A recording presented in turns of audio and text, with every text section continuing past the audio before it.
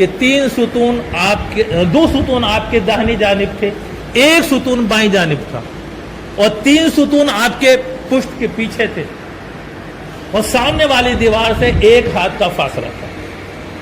اب اگر آپ چاہیں ان کی روشنی میں مطلب کوئی بھی شخص اس لوکیشن کا صحیح اندازہ لگا سکتا ہے آج کی تاریخ میں بھی، ایسا مرقع، ایسا نقشہ کھینچ کر کے رکھ دیا ہے۔